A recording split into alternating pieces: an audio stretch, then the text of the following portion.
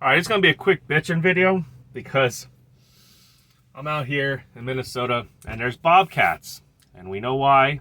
Well, bobcats and, what are they called? High lifts and, all kinds of other JLGs. What's that other thing they call it? It's like a big forklift. Damn, I got it on the top of my head somewhere. It just won't come out. But anyway, we know what I'm talking about. So there's a bunch of that stuff coming out here. Most of it's making its rounds directly in Florida. Some of it's got a few stops in Atlanta and Georgia. Or some of it's got its stops also down like South Carolina, like Myrtle Beach area and stuff. So you're going to go into Myrtle Beach. It's probably all messed up. You're going to drop 2 or 3 of these bobcats, which we know what they're going to be used for and who's paying for them and what they're cleaning up and everything. And you're going to go down to Fort Myers, because that's some of these loads I'm looking at. A lot of them have Fort Myers stops on them. If not, the whole load just about goes to Fort Myers. And, yeah, you're going to drive all the way from Minnesota all the way down there for what? $2.20 a mile? $2 a mile for a multi-stop load all the way down into Florida. You're going to chain and stuff. I mean, I guess $4,000 ain't too bad. If you live down in Florida and you're going back there, I guess it's not too bad. I mean, I don't think I would go down there right now for anything less than $3 a mile. And if you are, you're a freaking idiot. I don't care if you live there, you don't live there or not. Somebody's taking it because I'm watching some of these loads disappear. And I bet you they're not getting $3 a mile. So that's just me. I know the brokers are offering it for that. People are taking it. I don't know why. Like I used to do storm work for utility companies. They're paying. Somebody's getting the money. And, it may be the brokers. It may not. I've been hearing 2 different stories. And with things so screwed up, it wouldn't be surprised if they're trying not to pay. But the stuff has to get moved regardless. It has to get down there. So either way, if you're not taking it, the broker's going to have to go back to the customer, or I would imagine the state agency or maybe federal agency, and be like, hey, nobody's taking this stuff down there. Nobody wants to go down there. Everything's all messed up. Roads are closed. Things are still screwed up. Who wants to go down there for $2.30 a mile?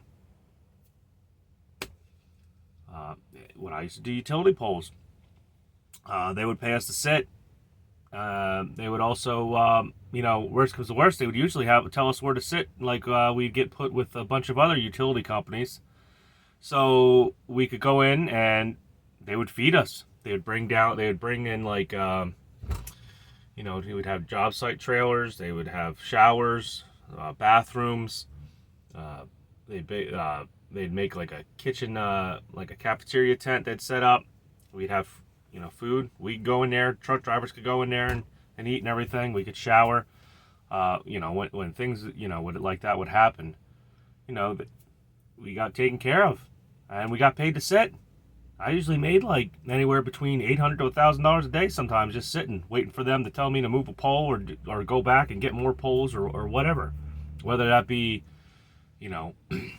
back to a staging area to grab some, or heck, all the way back to where I came from, if it had to be, and I got paid for all that. So that being said, look at this situation that you're going into. Like me, for instance, look at the situation you're going into. If you get a good paying load, and you're going into like South Dakota, Colorado, the typical states that are sparse with freight. Make sure you get money, good amount of money going in. Same thing with Miami. I mean, not Miami, Florida. What do you think you're going to get going down there now? Especially when you get into an area that's all messed up. You think any of that stuff really is getting shipped out? You think it's just flying out the door? Whatever might be even leaving Florida for flatbed. If anything, most of it's probably staying down there. Customers cancel orders. Customers will, people pay more money to get that product. So just think about that, because it's a little irritating to watch stuff fly down to like Fort Myer, especially when you know it's construction equipment and stuff and what it's going to get used for. And people are going to be like, oh, price gouging and blah blah blah. That's what you pay your federal tax dollars for. Supposedly, it's supposed to be to take care of things like this, not not to have fucking Nancy Pelosi have a $40,000 fridge and eating $80 pint ice cream. So that's not what your federal tax dollars are supposed to be for. They're not supposed to be siphoned through the stock market and out of the treasury and laundry matted into their family members' pockets so they can go out and drink and drive and smash into people. So that's my little rant right now. I'm gonna try to make some phone calls, because none of these brokers want to pick up their phones or answer their pick up and answer the phones, or even write you back through email. They'll ask you, here's so far what I've got through email. Well, what are you offering? What am I offering? Well, what are you offering? What do you want the freaking load for, moved for? I'll tell you what my price is. And you tell them what their price is, and they don't ever get back to you. So, and I'm not asking like $20 a mile. I'm asking like $2.80 a mile, $2.50 a mile. Loads going into Massachusetts and stuff. I'd like to get $3 a mile at least going into Mass.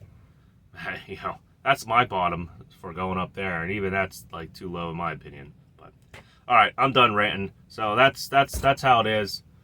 Man, like Mr. Biden said, it's gonna be a dark winter. Let me sniff you. So that's that.